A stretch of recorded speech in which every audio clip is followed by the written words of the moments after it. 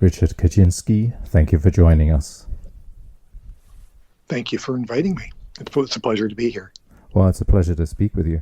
And you are the author of several books on Aleister Crowley, probably the best known of which is Perdurabo, which was really a big hit a few years ago. But since then, you've written a number of really fantastic books on Aleister Crowley, the Ordo Templi Orientis, on paramasonic organizations, and the world of the esoteric in general, among which are, of course, Forgotten Templars and Panic in Detroit. But before we get on to those books and on to the subject of those books, maybe you could just tell us about how you became interested in the esoteric and a little bit about your background. All right. Well, my interest in the esoteric seems to have been kind of a lifelong situation. I just recall growing up at a time where these subjects were just everywhere. There was this TV show In Search Of, hosted by Leonard Nimoy, which I had to watch because I was a Star Trek fan.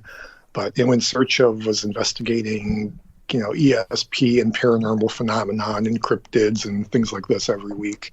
There was actually like a psychic game show that was on TV at the time. My copy of Techniques of High Magic by Francis King and Stephen Skinner, actually I found at the grocery store, and I asked my mom to buy it for me. So it just seems like this was just always around and just pervasive and in the air. And so I grew up with this interest in it. And, one day, when I was about 14, I discovered there was a metaphysical bookshop, within bike riding distance of my home. And I went there, and I very quickly went from buying a book on the prophecies of Nostradamus to buying a copy of The Golden Dawn by Israel Regardie. Wow. And then the bookseller said, well, if you like that, you should try Magic in Theory and Practice. And the rest is history. Wow, that's quite something. And so at 14, you were reading Magic in Theory and Practice? Yes. Okay. I didn't get to that book until I was around 17. So obviously, I was a late bloomer in comparison to you. Oh, and the thing is, it was, as I read it, I remember getting to the end of the introduction where he writes out like all of his mottos and degree symbols and all of that. And I read this and I thought to myself, I have no idea what any of this is all about or what it means. Right. But I'm darn well going to figure it out. So it became like this puzzle to decode. Right, exactly. I think that's my experience as well. And I'm sure it's the experience of many people, that it's very strange and enigmatic symbolism and language that you really want to understand. And it looks very archaic and very magical, clearly. Yeah. I've heard from many people that Magic in Theory and Practice was where they got their start with Crowley. And when I went on to write the Wiser, Concise Guide to Aleister Crowley, the editor of that series, James Wasserman, his sort of idea, the concept for the book was to write the book that we wish we had when we were kids. Right. Yeah. So that's what I set out to do. Well, so perhaps we should sort of backtrack slightly and talk about Aleister Crowley. Who is this figure that wrote Magic in Theory and Practice, as well as many, many other books on magic, and why is he important? Okay, so Aleister Crowley was an initiate of the Hermetic Order of the Golden Dawn, and kind of went on from there to use that system of occultism as his foundation for kind of developing his own system. And with that, he incorporated this philosophy of Thelema, which comes from the channel document, if you will, or spirit writing of this text, the Book of the Law, which again, serves as the cornerstone of his philosophy, and it's the source of the line, "Do what thou wilt shall be the whole of the law," which in Crowley's mind was an exhortation basically to know thyself, as Aristotle would say, and to be true to one's nature, and to expend, to focus all of one's efforts and energies to realizing oneself, essentially. Although Crowley did encourage people to, again, sort of study his works and kind of come to their own understanding of what those words mean. Right. He was also a polymath in the sense that he managed to live in one lifetime just a remarkable array of interests and accomplishments, from being a record-setting mountaineer to being a poet to being an author of fiction and occultism, to being a chess master, to just a variety of accomplishments. World traveler, right? Mountaineer. Yeah. So love him or hate him, I find that his story and all the things he managed to do in one lifetime are pretty remarkable. Yeah, absolutely. And it does seem that the occult authors around that time, from Blavatsky through Crowley to Rudolf Steiner, all really quite prolific in different areas of life, or traveled extremely widely across the globe. Were really quite remarkable individuals. And if you took the occult out of their biographies, they would still be quite fascinating figures, even so. Yeah, it seems that was a time when you could actually make a living as a traveling around doing lecturing. Yeah. Franz Hartmann is another one of those people who, in the list of people that you mentioned, who did the same. He would just travel all over the country giving these talks. I'm like, today I'm thinking, who is paying for this? Right. How is he feeding himself? But at that time, you could do pretty well doing that kind of stuff. And, in Crowley's case, he had the advantage of having inherited, a fortune when his father died. And so when he became an adult, he just had this, he was basically a trust fund kid. And he just had all this money to draw upon until, he spent it all on publishing and mountaineering and things like that. Yeah, that's right. Yeah. But a fascinating character nonetheless. And what would you say his legacy is today? Because he's someone who's become more widely known over the last few decades. And last time I was in England, there was actually a documentary on him on British TV. And obviously people point to the Sgt. Pepper's Lonely Hearts Club Band record cover, which he's on, among many other people. And so he seems to have had quite a wide cultural impact at this point. Yeah. I think in some ways, not to make a comparison in terms of their beliefs or ideas, but I think of somebody like H.P. Lovecraft, who was relatively unknown in his lifetime, but and yet you see this mythos that he created is just kind of turning up everywhere in society. I mean, from South Park cartoons and T-shirts and comic books and TV programs, and I guess kind of in the same way, Aleister Crowley and his philosophy and his life have become something that have seeped into the mainstream as well. And as you say, in the last couple of decades, his the understanding of Crowley has moved kind of beyond the sort of sensationalist tabloid sort of concept that we saw throughout our childhoods, for example. Right. Is really kind of taking a more nuanced understanding and appreciation of his impact, not only of his ideas being taken a little bit more seriously, but just also just an appraisal of his impact on other people, whether he's inspiring musicians or other writers, or, again, turning up on, as you say, Sgt. Pepper. One of the things I have as a side project is that grew out of a paper I wrote on his Thoth Tarot, which he did in collaboration with Frida Lady Harris. and it's, again, just this beautiful, beautiful deck that is probably second only to the Rider-Waite Smith Tarot in popularity. But I kind of document the places where the Thoth Tarot cards turn up in popular culture, again, whether it be in comic books, movies, TV programs, album covers and whatnot. Just kind of document how this sort of niche, imagery and this idea of tarot has kind of started to pervade pop culture at various levels. Yeah. And so where are some of the places that the Thoth Tarot has turned up? Oh, just all kinds of places. I mean, there's the first place it turned up was in an episode of The Night Gallery, which was in a story written, I forget the writer. The author. I want to say it's based in a story by Robert Bloch, but I'm not 100% sure on that. But the episode features Vincent Price as this wizard who hires Bill Bixby from the courtship of Eddie's father, if that means anything to listeners.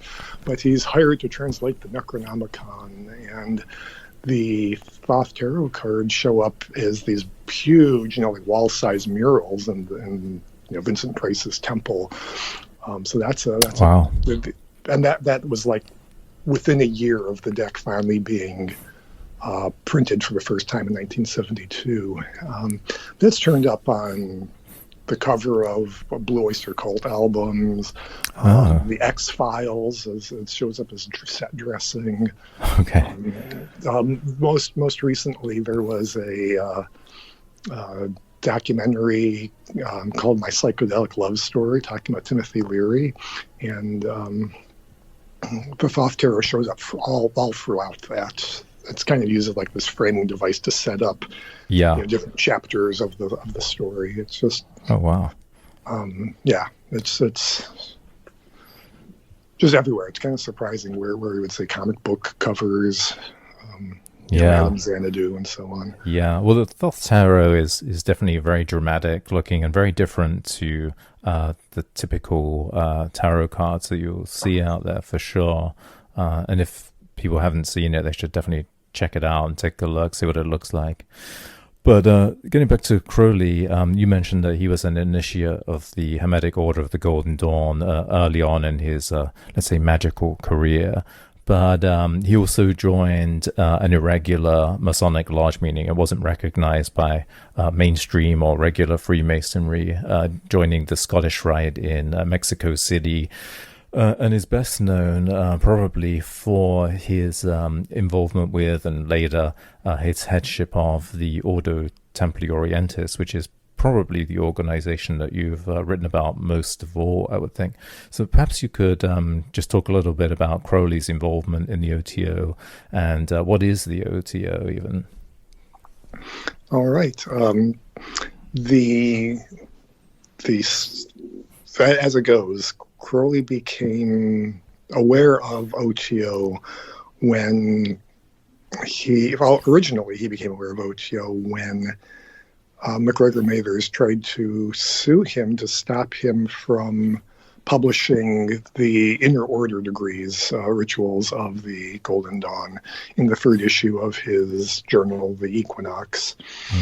And this became known as the Rosicrucian, trial. And Mathers presented himself in court as the sole head of the Rosicrucian order, and the judge in this case looked at the material in question and said, well, this isn't really this is material culled from a lot of older texts, and the judge recognized this and says, you can't claim ownership of this. And so he allowed Crowley to go ahead with the publication. And as Crowley would go on to say, after Mathers claimed, he was the sole and supreme chief of the Rosicrucians, a whole bunch of other people who thought that they were actually the sole and supreme chief of the Rosicrucians kind of gave him a lot of honorary memberships and degrees. And amongst them was Theodore Royce, who was the head of the OTO at that time. And Crowley didn't think too much of that until a couple years later when he published a book called The Book of Lies, which consists of 93 really short chapters. Some of it's poetry, some of it's essay, some of it's just really goofy wordplay. It's kind of a surreal comic, but at the same time has a message, so there's depth to it at the same time, the work. And as a consequence, Royce showed up at Crowley's doorstep and said, "You've published our deepest secret, the secret of our inner order. Therefore, I must, swear you to secrecy, so you stop doing this." Then Crowley protested his innocence, but as the story goes, Royce pointed to a particular chapter. The specific one is unknown, but Crowley looked at that and kind of the light bulb went on in his head, and he said, "Oh my, you're right. This is the most important secret of all. I will, put my weight behind you and your order, and join the OTO." And at that point, Royce made him the British head of that organization. And there really wasn't a whole lot of activity. Prior to that, OTO was something that existed more on paper as a concept. But once Crowley got brought in, he put together rituals, pulled together members who were part of his AA organization, which he was promoting with the equinox, and really started the organization, in earnest. And so what is the OTO exactly? Well, OTO is a paramasonic organization. It does not claim to make Masons. It's right. Kind of stays away from that language, but it shares DNA or a common ancestry with Freemasonry. Although a lot of that DNA traces back to some of the more esoteric, or some would call irregular rites. Right, exactly. Yeah. So and this includes things like the Swedenborgian rite, the Societas Rosicruciana, the rite of Memphis and Mizraim, or the ancient primitive rites, the Cerno Scottish rites. Yeah. These are all organizations for which Royce and his comrades received charters. Yes. And then at some point along the way, it's kind of there's a continuum. So there isn't like a point where where the blue sock became yellow after being darned. It's at some point all these various degrees, which were originally going to be this big, and I think of it as a big box shop, or this big umbrella. We said, come to us. We can give you any of these degrees. Later, they all kind of became consolidated into a single system, right? Which Crowley then, wrote rituals of initiation for, injecting into that, in addition, his own personal understanding of magic and his philosophy of the Lema. Right. Yeah. And I should say actually that the Societas Rosicruciana is actually considered a legitimate body, and a regular Freemason can join it, but all of the others are considered to be irregular, and mainstream Freemasons are not allowed to join these organizations theoretically. But obviously, there might be some overlap. Correct. Yeah. And I certainly I did not mean to put them all in the bucket of irregularity or anything like that, but just listing the types of organizations that they receive charters from. Yeah, and so a lot of these organizations, like the Swedenborgian Rite and I forget which other ones you mentioned. Oh, the rites of Memphis and Mizraim, and so on. These have a sort of Masonic structure and come out of the world of these extra Masonic rites that were floating around in the 18th and maybe 19th century, and I have included in them a lot more sort of hermetic material, the Swedenborgian rite obviously is influenced by the Swedish mystic Emanuel Swedenborg, but generally there's a lot of Hermeticism, maybe a lot of Egyptian symbolism, Rosicrucian symbolism, so a lot of different sort of esoteric and occult and mystical symbolism that most Freemasonry does not have. But the Ordo Templi Orientis, I assume, has some kind of not just rituals, but also like meditational practices and things like that as well. So perhaps you could just explain a little bit about what is the raison d'etre of the Ordo Templi Orientis, and what does it look like? Yeah, the Ordo Templi Orientis, it consists of 9 degrees, as well as the introductory or Minerval degree, which is generally available. I won't say it's necessarily open because there are invitational degrees after a certain point, but there are degrees that could be occupied by most members in time. And there are also administrative degrees for national heads and international heads, which would be the 10th through 12th degrees. And essentially, as Crowley describes it, the degrees gradually they gradually present aspects of Crowley's Thelemic philosophy, and how to incorporate those and apply those to one's daily life. And so in Crowley's mind, these degrees are essentially lessons in how to live and how to die properly, and in accordance to according to his philosophies. And ultimately, these rituals also reveal very gradually what they consider the supreme secret that resides in the sovereign sanctuary. And this is an idea that predated Crowley, but there's this concept that there is a meaning behind all of these Masonic and Paramasonic rituals and interpretation of them that makes sense of it all in a way that is not openly declared. And so in that sense, at least in Crowley's time, Oto claimed to have an inner secret, an additional secret that is not taught in any of the regular Masonic bodies. Right. So that was kind of the hook. It's like, we got something, we got something that makes sense of it all. Right, exactly.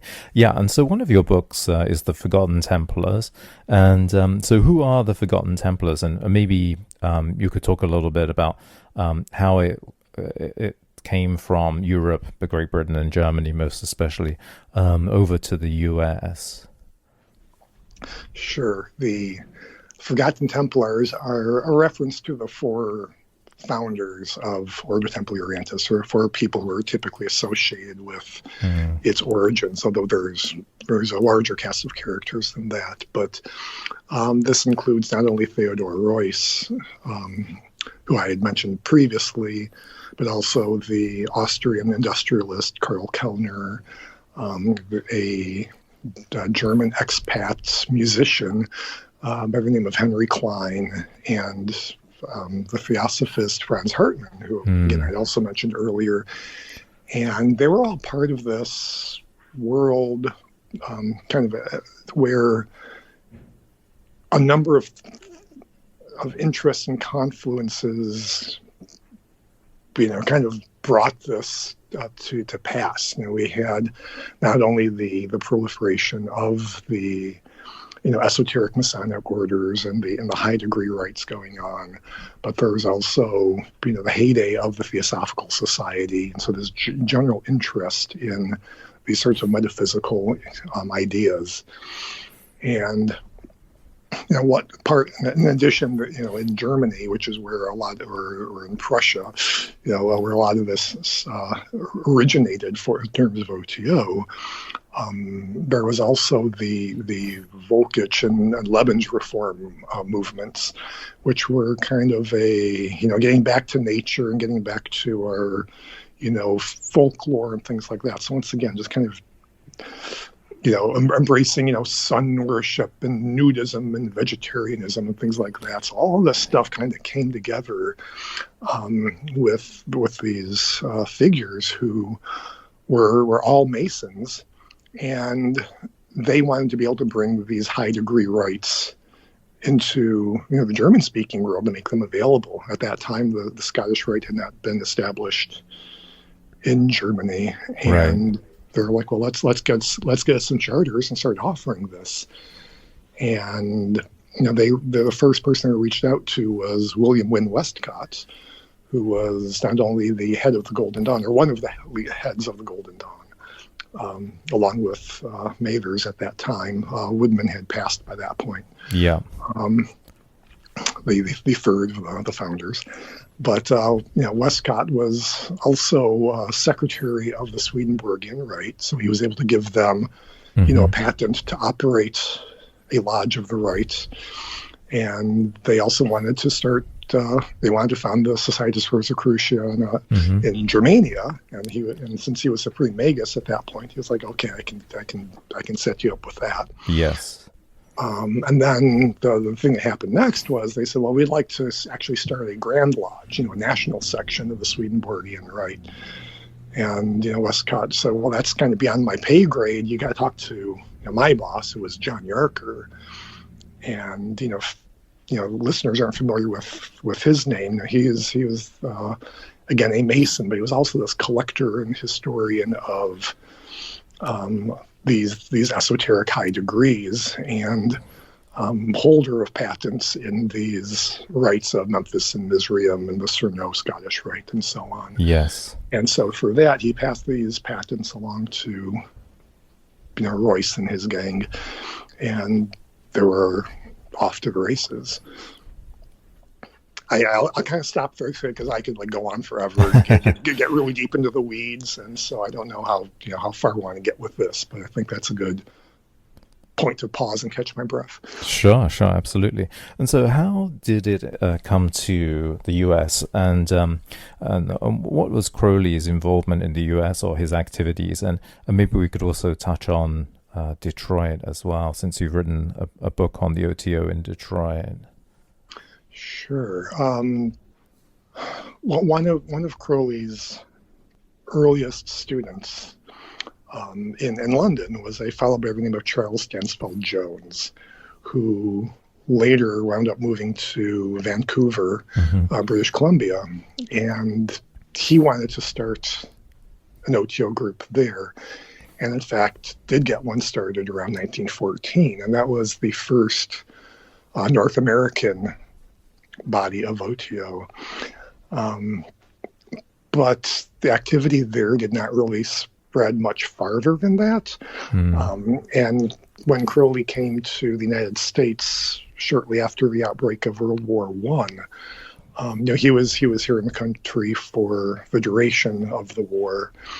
And one of the things he tried to do was to bring out a new issue of his journal. The journal is kind of a misleading term because his book, The Equinox, it came out every 6 months, and it was a book-sized journal. I guess something like I guess comparable to volumes of AQC or Herodom or something, but not nearly all scholarly stuff. It was more like an arts sort of journal, in that it could contain not only occult writings, but also contained poetry and short stories and plays and book reviews and things like that. So it was a pretty wide-ranging journal, and he wanted to bring out another issue, and he found a Masonic brother in Detroit who ran a bookstore that was willing not only to sell his older books or to distribute them, but also to distribute this new volume of the Equinox. And it just so turned out that a group of his fellow Scottish Rite brethren were interested in what Crowley's system, had to teach them about Masonry. So they wanted to bring him in and discuss potentially starting a lodge of the OTO in Detroit. And Crowley saw this as an opportunity to create, a Supreme Grand Council for the United States and get the OTO rolling here in the USA. Unfortunately, there was some jockeying going around for position in terms of who would be the head of the Supreme Grand Council, and also there were people, once they actually sat down and saw the equinox, kind of took a dislike to what they came to perceive as Crowley's ideas, and so there was a little bit of a backing off there, and then the bookstore, for reasons unrelated to Crowley, wound up going bankrupt, and everyone tried to pin this on Crowley and the OTO and the equinox, and so there was just this big a moral panic that happened, and that's basically what Panic in Detroit is trying to document. Yeah. And so what would you say is Crowley's legacy, either in the US or more broadly? Yeah. Well, as it turns out, in the 1930s, Crowley did have some students in Southern California who did start a second lodge of OTO, Agape Lodge number 2, the first one being the one in Vancouver. And that kind of became, at that time, was really the only active OTO group in the world. But they famously included amongst its members the rocket scientist Jack Parsons, about whom the TV show Strange Angel was made recently. Yeah. And it is from that membership, at the time of Crowley's death, the organization was taken over by his successor, Carl Germer, I should say. And but Germer wasn't quite as motivated to keep things active as Crowley was, and things kind of got quiet.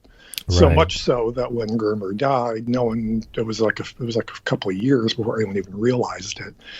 And it was those surviving members of Agape Lodge from the 40s and 50s who then got together to try to restart the organization in the early 1970s with Grady McMurtry as the person who spearheaded this effort. And that's the organization that continues to operate to this day. Right. Yeah, and it seems like the UTO was really a risk of just completely dying out at one point, if memory serves me correctly, and was really just completely revived almost. So. Yeah, during that interregnum, after Carl Germer died, it could have easily just been the end of it all at that point. Yeah. And so what is the OTO like today? Well, currently there are 5 Grand Lodges, meaning national sections, basically with their own Grand Master over that country. Yeah. And that would be in the United States, the UK, Australia, Italy, Croatia, and as well there are there are chapters or lodges or bodies of the OTO operating around the world otherwise, but they're large enough to have national sections, so they kind of fall under international headquarters. There's probably about somewhere between 3,000 and 4,000 members worldwide. Obviously, at this point, things are kind of quiet because of the pandemic. So, face-to-face gatherings are not happening, but there's a lot of activity going on online in terms of classes and hangouts and other sorts of things that are much like everyone else, are being done to kind of compensate for the lack of face-to-face time. Sure. So, on that note, where can people find out more about the OTO, and definitely more about your books and your work in general? Well, for OTO, there's actually a great history page. It's part of the OTO's website, at least the U.S. Grand Lodge website. whose web address is www.oto-usa.org. And that will also provide links to state by state, points of contact, as well as a link to the international page if people from outside of the U.S. want to get some information.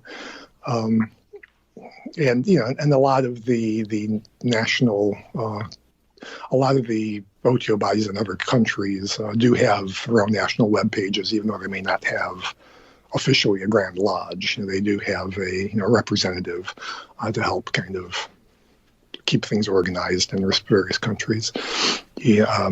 And as for my writings, my website is at www.richard-Kaczynski. That is Kaczynski. So richard-Kaczynski.com. And I can also be found on Facebook, Twitter. I've got an Amazon author page, so any of those things would work. Great. Super. Well, thanks again for speaking with us. We've been in contact for a little while, but this is the first time we've spoken in person, I believe. And it's been nice to have this chance. Yeah, definitely. It's been good to catch up. Thank you. Appreciate it. You're very welcome.